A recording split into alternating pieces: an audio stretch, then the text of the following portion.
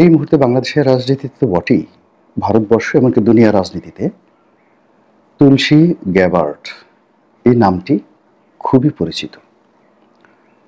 মার্কিন প্রশাসনের গোয়েন্দা দপ্তরের সর্বোচ্চ পদে কোনো ভদ্রমহিলা ইতিপূর্বে এভাবে আসেননি। এক। ২ নম্বর হলো তুলসী গ্যাবার্ড হিন্দু ধর্মের প্রতি অনুরক্ত এবং ভারতীয় যে হিন্দুত্ববাদী সংগঠন যেটি আমেরিকাতে খুবই শক্তিশালী এবং ইউরোপে খুবই শক্তিশালী, সেটা হল ইসকন, বাংলাদেশেও আছে। তিনি সেই ইসকনের একজন কট্টর অনুসারী তুলসী গ্যাবার্ড।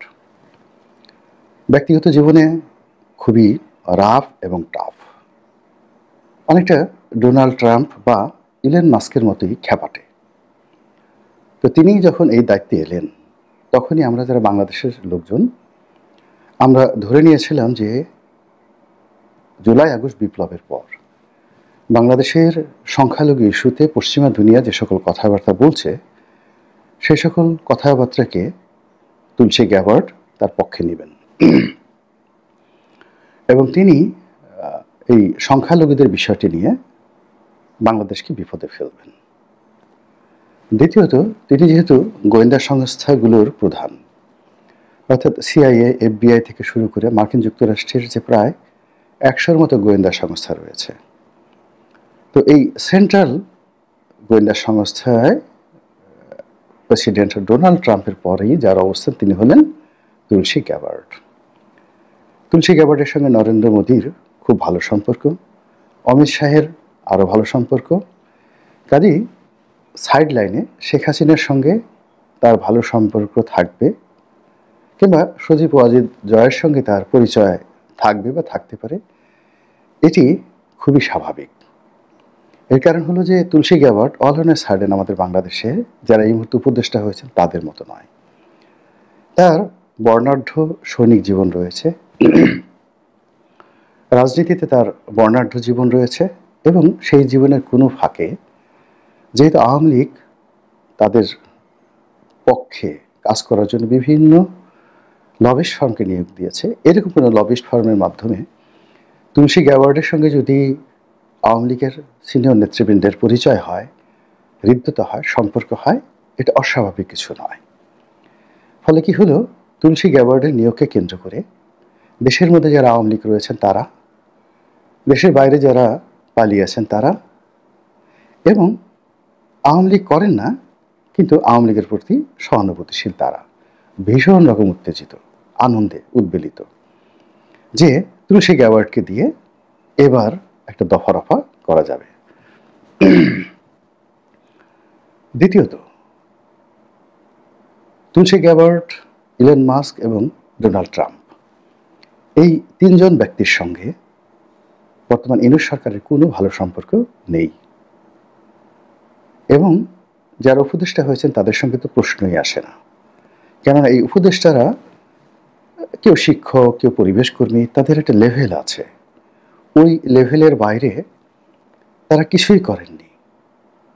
তারা শুধু খেয়েছেন, ঘুমিয়েছেন, আর তাদের যে পেশা ছিল বা শ্রেণী ছিল সেখানে তারা সেই শ্রেণী পেশার কাজ করেছেন। কিন্তু রাজনীতিবিদরা যেভাবে সারাদিন টরে টক্কা কিংবা সারাদিন টোটো করে ঘুরে বেড়ায় কিংবা টোটো কোম্পানির ম্যানেজার হিসেবে কাজ না থাকলেও 18 ঘন্টা ব্যস্ততা দেখা, এইরকম এখন উপদেষ্টা মণ্ডলীদের কারোর মধ্যে ওই টোটো কোম্পানির ম্যানেজারশিপের অভিজ্ঞতা নেই। ফলে একজন রাজনীতিবিদ ঢাকা শহরের পতিতাবৃত্তি, গাঁজা, মদ, ফেন্সিডিল এইগুলো থেকে শুরু করে অলি আল্লাহ, গাউস কুতুব, পীর মাশায়েখের দরবার, মাজার তারা ভালো জানে। তারা আন্ডারওয়ার্ল্ডের ডন যারা আছেন, কথায় কথায় খুন করেন, তাদের সাথে ওঠা বসা করেন। আবার একই সঙ্গে তরকারি বিক্রেতা, রিক্সাওয়ালা, এদের সঙ্গে তাদের হৃদ্যতা অনেক বেশি। তাদের সঙ্গে কূটনীতিবিদদের ভালো সম্পর্ক রয়েছে, দেশের বাইরে তারা নির্বিঘ্নে যাতায়াত করেন, তাদের অর্থনৈতিক সংগতি রয়েছে। ফলে পলিটিশিয়ান যারা আছে এটা ইউনিক ক্রিয়েচার। আওয়ামী লীগের যারা লোকজন রয়েছেন তাদের এই ক্যারিকেচার মোকাবেলা করার ক্ষমতা কেবলই মাত্র বাংলাদেশে বিএনপির আছে আর কিয়দাংশ জামাতের আছে। কিন্তু এখন ডক্টর মোহাম্মদ ইউনূস থেকে শুরু করে অন্য যারা আছেন তাদের আসলে এই যোগ্যতা ও অভিজ্ঞতা নেই। ফলে ডোনাল্ড ট্রাম্প, তুলসী গ্যাবার্ড কিংবা রিপাবলিকান পার্টি এটাকে রাজনৈতিক দলগুলো যেভাবে হ্যান্ডেল করতে পারবেন, বর্তমান সরকার সেটা পারবেন না।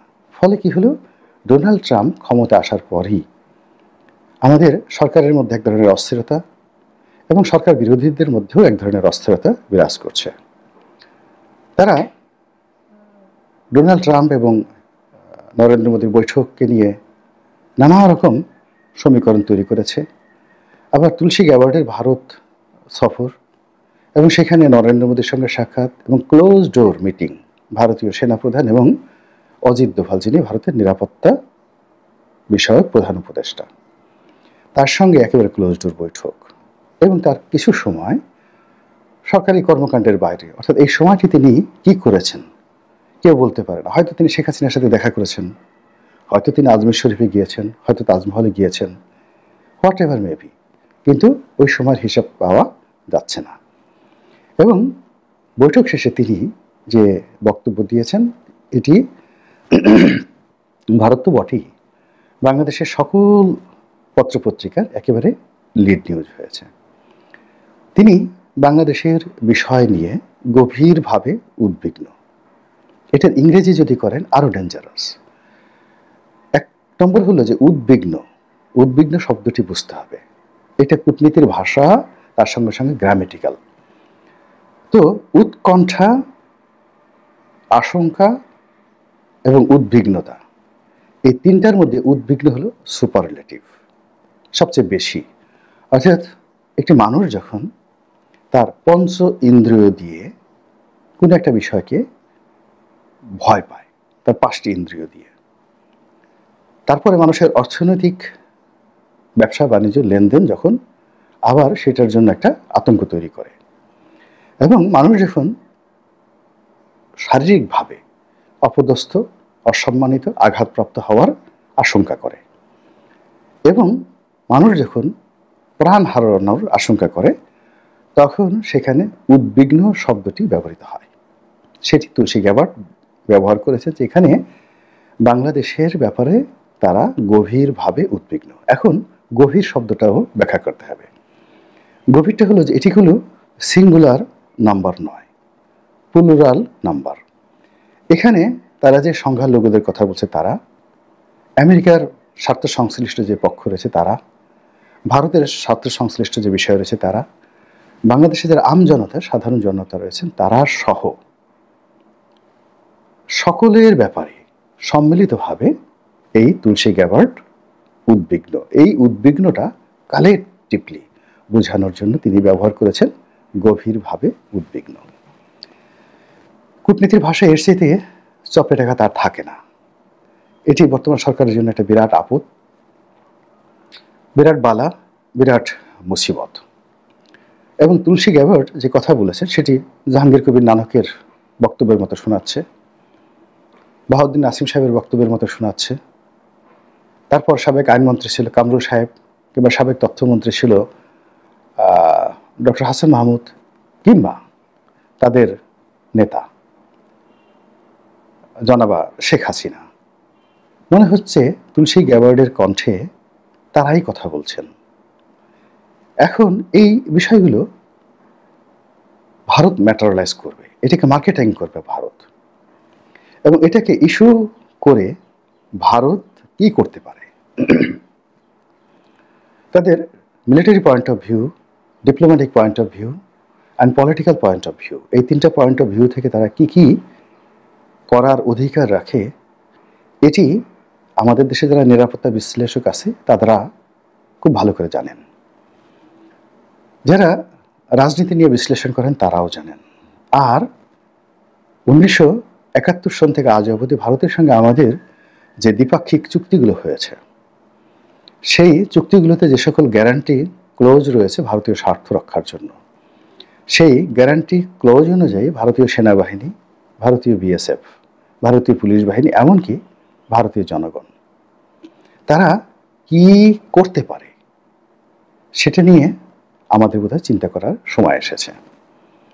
আমরা অনেক কিছু ভাবি। আপনারা জানেন যে একসময় ইরানে হঠাৎ করে একটা বিপ্লব শুরু হয়ে গেল এবং বিপ্লবের মধ্যে রেজা শাহ পাহলভি 50-এর দশকে ইরান থেকে পালিয়ে গেলেন। পালিয়ে যাওয়ার পরে সেখানে একটা নির্বাচন হলো, পপুলার নির্বাচন, একেবারে ফ্রি ফেয়ার ইলেকশন।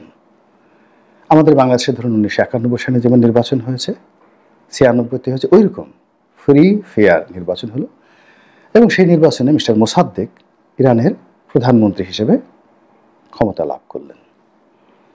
কিন্তু পরিস্থিতি এমন একটা পর্যায়ে আমেরিকা নিয়ে গেল, মোসাদ্দেক ক্ষমতায় থাকতে পারলেন না এবং রেজা শাহ পাহলভি আবার ক্ষমতায় এলেন।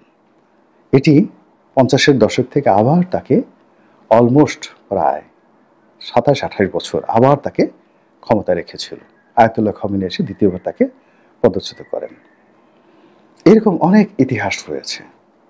দ্বিতীয় বিশ্বযুদ্ধের পর, প্রথম বিশ্বযুদ্ধের পর পশ্চিমারা অনেক দেশে শাসক বসিয়েছেন, প্রশাসক বসিয়েছেন, অনেককে রাজা বানিয়েছেন।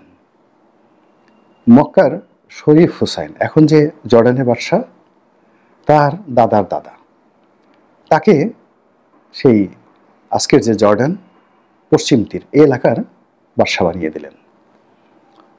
এরপর তার এক আত্মীয় ফয়সালকে ইরাকের বাদশা বানিয়ে দিলেন। এরকম অনেক কিছু রয়েছে।